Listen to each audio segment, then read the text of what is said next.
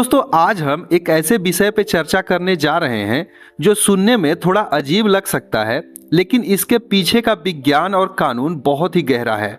अक्सर हमारे मन में आता है कि देश में इतना बड़ा रेल नेटवर्क है, लाखों टन लोहा पटरियों के रूप में बिछा हुआ है, तो फिर चोर इन्हें ले जाकर बाजार में क्यों नहीं बेच देते? क्या यह इतना आसान है या इसके पीछे कोई बड़ी वजह है जो एक आम चोर की समझ से बाहर है?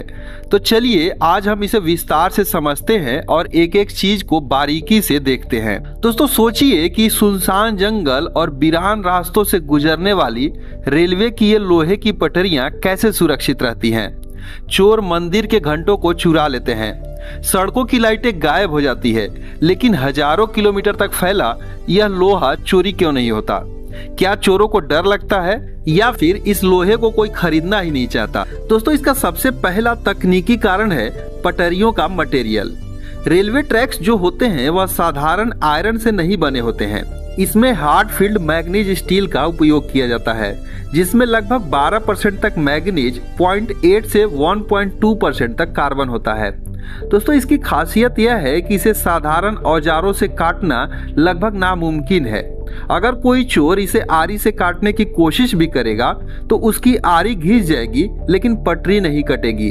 तो आप सोच सकते हैं कि ये जो रेलवे ट्रैक्स होते हैं कितने मजबूत होते हैं। दोस्तों दूसरी चीज कि मान लीजिए कि किसी भी तरह से पटरी का टुकड़ा काट लिया गया, तो अब सवाल यह आता है कि उसे काट कर ले जाएगा जहां, उसे गलाएगा कैसे? क्योंकि गलाने के बाद ही उस रेल की पटरी से कोई दूसरी चीज बनाई जा सकती है। तो उसे गलाकर एक नया रूप देना बहुत मुश्किल होगा, क्योंकि इसे पिघलाने के लिए उच्च तापमान लगभग 1500 डिग्री सेंटीग्रेड वाली भट्ठी की जरूरत पड़ेगी, जो सिर्फ फैक्ट्रियों के पास होती है। कोई भी स्थानीय कबाड़ी इसे गलाने की जोखिम नहीं उठाएगा, क्योंकि उसके पास इस प्रकार की कोई भट्ठी ही नहीं होगी जिसमें इसे गलाया जाए और इसे दूसरे रूप में परिवर्तित किया जाए। दोस्तों तीसरा चीज है कानून का शिकंजा।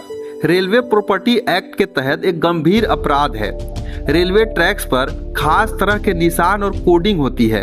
अगर किसी कबाड़ी की दुकान पर रेलवे का लोहा मिलता है तो उसे अपनी दुकान बंद करनी पड़ सकती है और सालों के लिए जेल जाना पड़ सकता है। कोई भी समझदार व्यापारी थोड़े से मुनाफे के लिए अपनी पूरी जिंदगी को दांव पर नहीं लगा सकता। इसीलिए कोई भी कबाड़ी जो होते हैं वह रेलवे की इन संपत्तियों को खरीदने की कोशिश भी नहीं करते।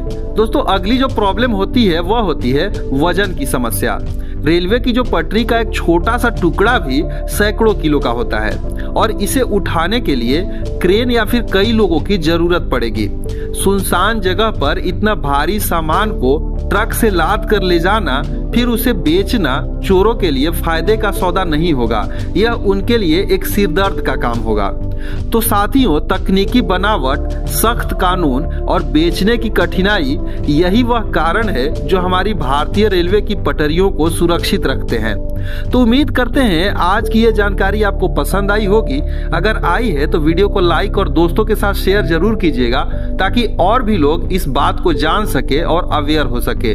तो मिलते हैं एक दूसरे वीडियो में, तब तक के लिए धन्यवाद।